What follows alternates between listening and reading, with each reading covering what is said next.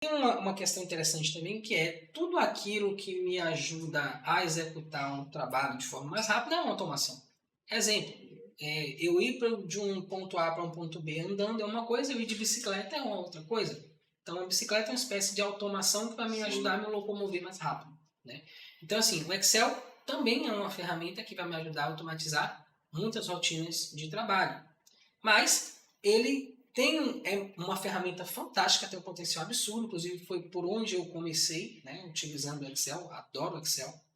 Mas não é essa a ferramenta que vai nos ajudar a explorar o máximo potencial que a gente tem em termos de automação fiscal.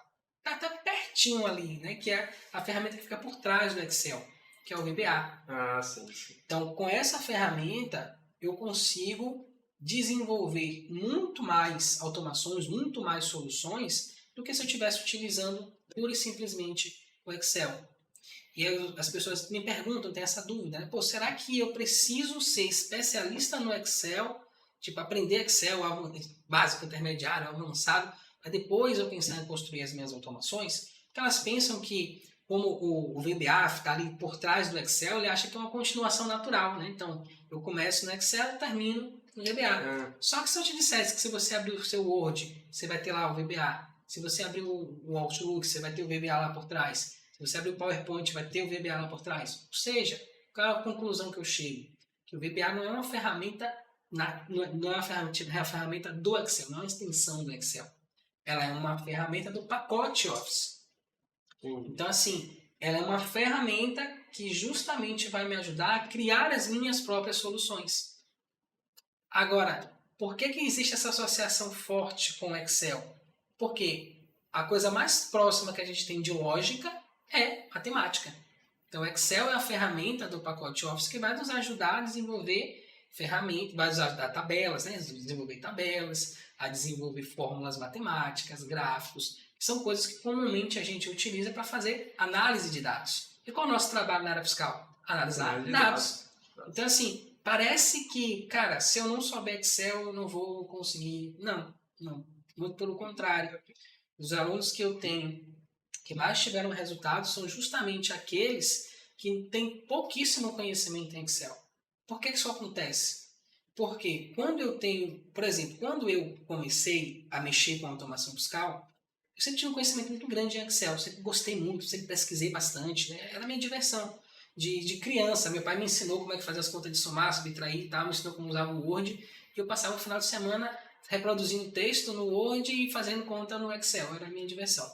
Então, assim, eu aprendi muito sobre o Excel.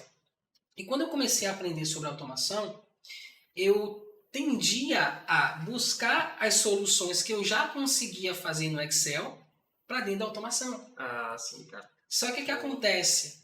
Isso torna o processo menos eficiente, por incrível que pareça. Porque eu estou tentando adequar aquilo que eu estou fazendo ao funcionamento que ela tem dentro do Excel. Que é uma outra estrutura, né? Que é uma outra outra estrutura. linguagem. Eu poderia ir direto no ponto, direto na questão. Só que como eu estou apegado às formas que eu aprendi no Excel, eu vou tentar trazer tudo esse conhecimento para a forma do Excel para depois eu transformar isso na automação. Entendi. E aí atrapalha o processo. Quando eu não tenho nenhum desses conhecimentos, eu consigo ensinar o aluno a ir direto na informação. Cara, faz assim, ou seja, criar o programinha que eu falei, né? Então, assim, a gente tem um método, inclusive, que a gente usa para isso, define um método, define os passos e vai lá e só segue aquilo que a gente definiu, aquilo que você planejou.